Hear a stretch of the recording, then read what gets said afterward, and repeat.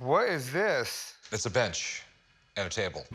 Tell me about this.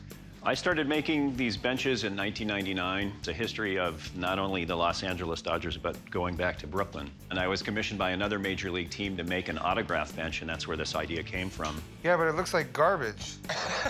No, seriously, it says Dodgers all over it. I'm not a Dodgers fan. The San Francisco Giants. I'm coming into the pawn shop today to sell my Los Angeles Brooklyn Dodgers autograph baseball bat bench with a matching coffee table. I've slowly collected these autographs and finally have it put together as a whole piece. My goal was for all of these Dodgers to have touched this bench and touched the table. It's almost religious in a way. So how many cards and everything do you have? There are about 170 autographs altogether. Okay, and that includes the bats. Yes, bats and baseballs. You know, I mean, one thing you got me massively concerned here, you took all the bats and the balls, you drilled holes in them, which is, as far as the condition thing goes, is not really great. If you understand what I'm saying. And you want to sell all this? I want to sell the set as one. Okay, and how much do you want for it? I want $60,000. Ooh.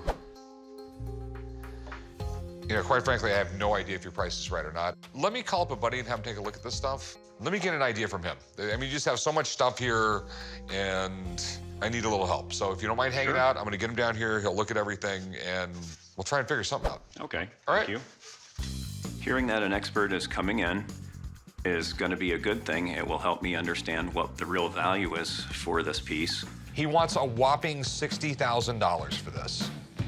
I think that's way out of left field, but maybe he's just starting real high. So I called Jeremy down to see what this thing is really worth. So we have a Dodgers furniture. I figured I'd have you take a look at it. It's, he wants a lot of money for him, but there's a lot of stuff here. Just from what I can see here real quick, this is absolutely fantastic. So what are some of the best pieces we have in here?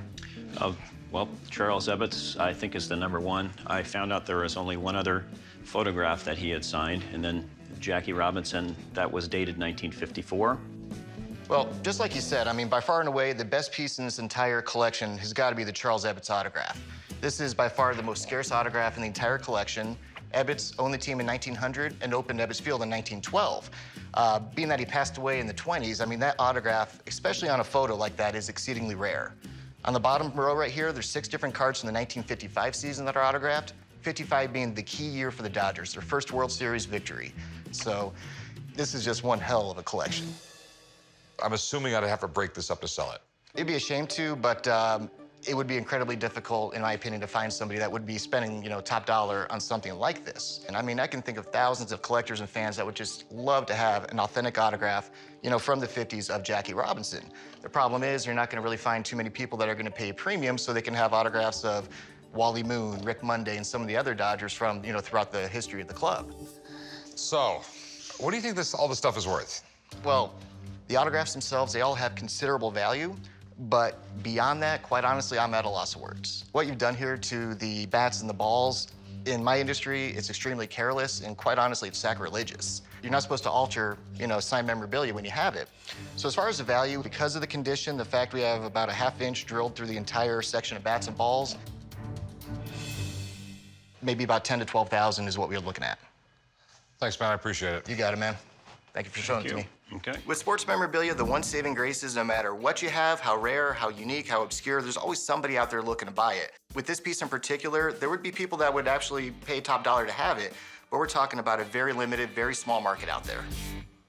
All right, what you got here is really, really neat. It's a great collection, but, I mean, I would have to break this up. I understand. When it comes down to making money, that's what you gotta do. So, I don't think you're gonna take like $8 grand for all this. Not at all, no. I have a lot more. I have 3 times that, just in the autographs. It's a neat set. There's a lot of history. It's really, really cool, but I gotta make money, so, thanks. Thank you. Thanks for looking at it. I'm very surprised by the value the expert is giving me. It's a one-of-a-kind art piece. I know there's a buyer out there that would pay what I want for it, and that's what I'm going for.